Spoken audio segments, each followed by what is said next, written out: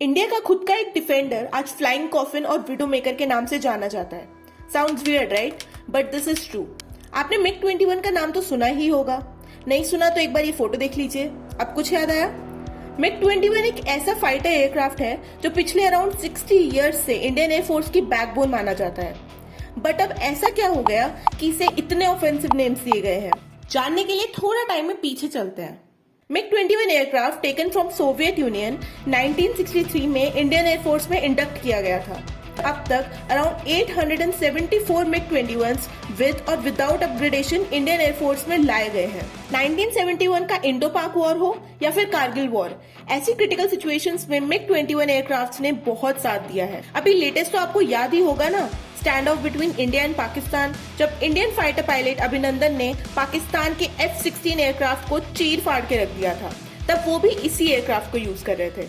But अब आप सोच रहे होंगे, इतनी अच्छी वॉर हिस्ट्री होने के बाद भी ऐसे names? This is due to its accident ratio.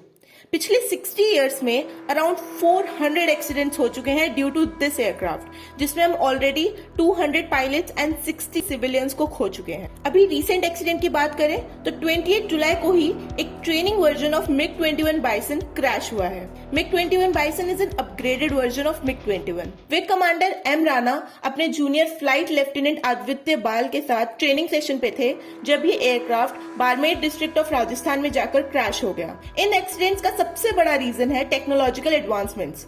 MiG 21 को हम अपग्रेड तो करते आए हैं, बट ऑलरेडी इतना पुराना हो गया है कि ये न्यू एज टेक्नोलॉजीज के हिसाब से पूरी तरह मॉडिफाइड नहीं हो सकता। इसी वजह से इसके original makers Soviet union already 1985 में मिग 21 को रिटायर कर चुके हैं। इवन कंट्रीज लाइक बांग्लादेश और अफगानिस्तान भी अब इन एयरक्राफ्ट का यूज नहीं करते। But why India?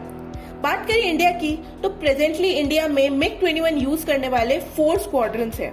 स्क्वाड्रंस को आप समझ सकते हैं a group of aircraft and pilots, और हर एक स्क्वाड्रन में अराउंड 16 to 18 एयरक्राफ्ट हैं।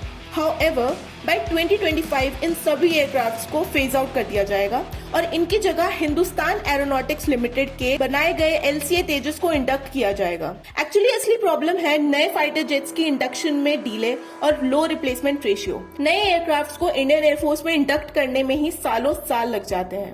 अब आप कह रहे होंगे कि अभी तो 36 रफेल आए थे, but that is not enough.